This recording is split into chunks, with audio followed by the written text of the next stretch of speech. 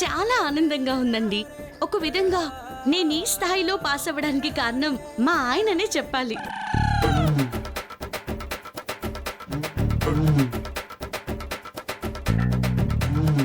అంటే ఆయనే దగ్గరుండి చదివించారా?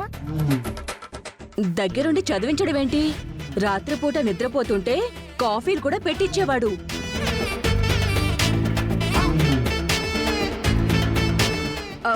చెప్పు నాన్నా.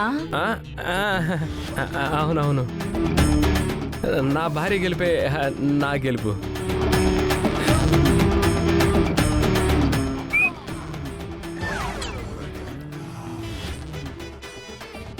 అవును సార్, మీకు మీ భార్యకి ఏదో గొడవ జరిగిందని ఆవిడ ఇంట్లో నుండి గెంటేసి రాత్రంతా బయట నిల్చోబెట్టారని న్యూస్ వచ్చింది.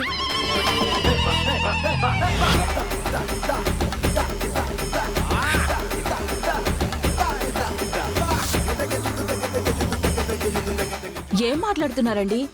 నా కూతుర్ని ఇంట్లోంచి గెంటేయడం ఏంటి? ఎవరు మీకు చెప్పింది? అదేంటండి, పల్లవి గారు మీ కోడలు కదా, కూతురు అంటున్నారేంటి మరి?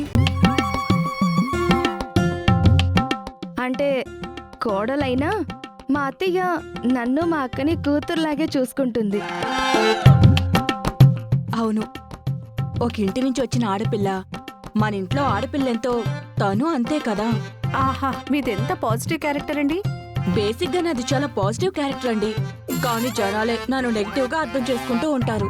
అయితే మీ మెన్న న్యూస్ నిజం కాదండి? అస్సలు కాదు, 0% కూడా అందులో నిజం లేదు. చెప్పానుగా, పల్లవిని మా అమ్మ కూతురులా చూసుకుంటుంది, నేనేమో దేవతలా చూసుకుంటాను. అవునరా, మీ దేవత ఈ టైంకి కాఫీ తాగుతుందనుకుంటా. అవునవును, రోజు తను ఇదే టైంకి కాఫీ తాగుతూ ఉంటుంది. వీడు కల్పిస్తాడండి, ఇప్పుడు కూడా కల్పిస్తాడు చూడండి. నేనా? వెళ్ళి తీసుకురా అన్నయ్య, లేదంటే మేం చెప్పిందంతా అబద్ధం అనుకోరు ప్రెస్ వాళ్ళు. ఏమండి? అంతే అంతే అంతే.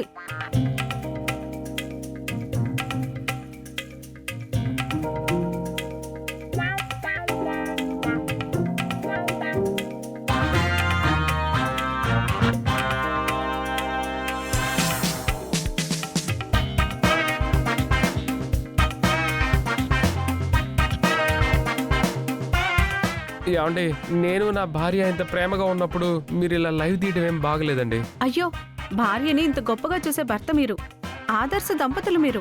దీన్ని మేము లైవ్ లో ఏం చూపించమండి. మీరు తన కాఫీ ఇవ్వండి, మేము చూసి ఆనందపడతాం.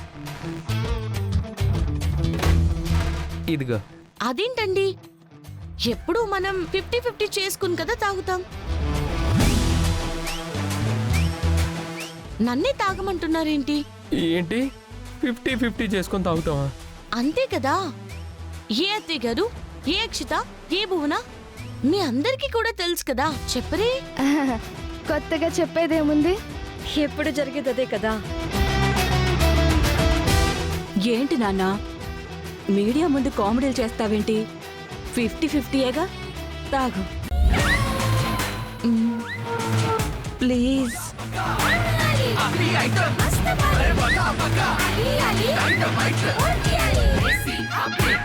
DJ Vazo on repeat.